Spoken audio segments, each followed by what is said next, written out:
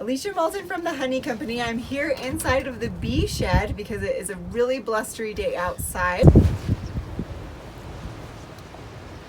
But I wanted to talk to you about frames.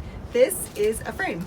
And the reason we call it a frame is that it frames the comb of honey and gives structure and support to the comb. And it is made of 4 parts. It has a top bar, 2 side bars, and a bottom bar. If it just had this top bar, then we'd call it a top bar, and we would use that in a style of hive that just needs top support, like a top bar hive or a worry hive. But in a Langstroth hive, we use 4-sided frames. So a couple features you might want to notice. First thing is that these frames have an ear or a lug here on the top bar, and those fit in the frame rest of the box.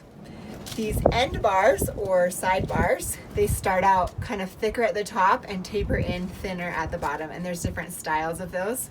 And then you'll notice that the bottom bar and the top bar both have a groove to hold a piece of foundation.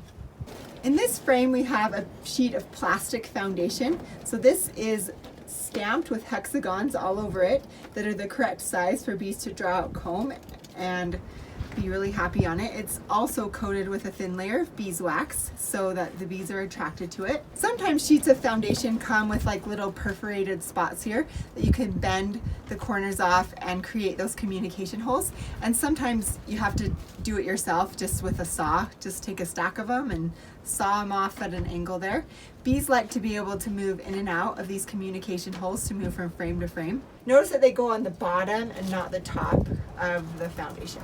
If your hive does not have communication holes, that's okay too, because bees can move along the side of the frame at the edge of the box as well.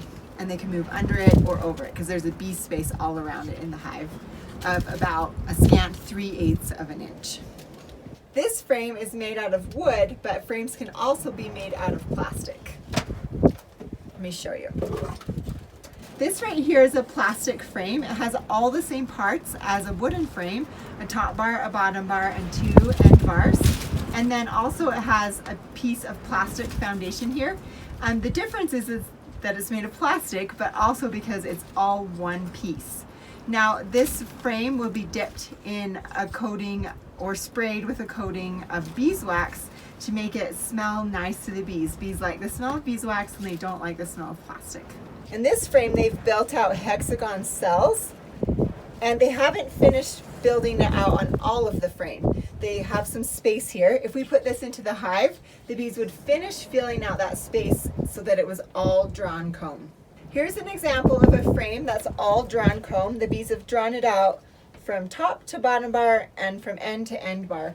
And these hexagon cells are important. Bees use them to store honey or pollen, or the queen will go down in there and lay an egg, and they can raise brood in this comb as well. This one has some pollen in it. I'm not sure if you can see it on camera, but they've stored some in there. This frame right here is a foundationless frame, so it doesn't have any kind of foundation. Instead, it has a horizontal support that we call middle bars, or we call this a middle bar frame. You might also see other kinds of support in foundationless frames, like you might see wires being strung through a frame or other ways to support it. This one, we put this into the hive and then bees start drawing comb in different places, just independent, no foundation or guide. They just kind of know what to do. And then they can draw out comb, and eventually they would fill up the whole frame with comb, and they'd put honey in it and use these cells like they would a frame with foundation. So we use this frame to produce comb honey, so we can once they've drawn out the comb and filled it with honey and capped it over, we can cut out 4x4 sections of comb and then sell it to people who want to eat it. Sometimes people call these panels or trays or other words to use to describe this piece of equipment, but the correct word for it is a frame. And we can remember that because it's like a picture frame that frames the comb. Frames come in different depths, and you want your frame size to match your box size. We have shallow, medium, deep, and jumbo, which they don't use much more in the United States, but they still use in Europe. This first frame is called a jumbo size, and you notice that it has wires running through the frame that are strung through the sides here. This jumbo frame is about just over 11 inches deep, so it's the deepest of all the frames we have here today. This is a deep length-width frame, and it's 9 1/8 inches from the top to the bottom, and it fits in a deep length-width box. This is a medium frame, and it is 5 1/8 inches deep, and this medium length-width frame fits in a medium length-width box. And then the last frame we have to show today is a shallow frame, and this little guy fits in a shallow box. It's just over 4 inches tall. Thanks for watching this video about frames. If you want to notice, I'm wearing one of my handmade beekeeping veils. So if you'd like to purchase this one or one like it, you can go to our website, thehoneycompany.com, and get one today. It's getting windy out there. Ah! No! No! Stay there.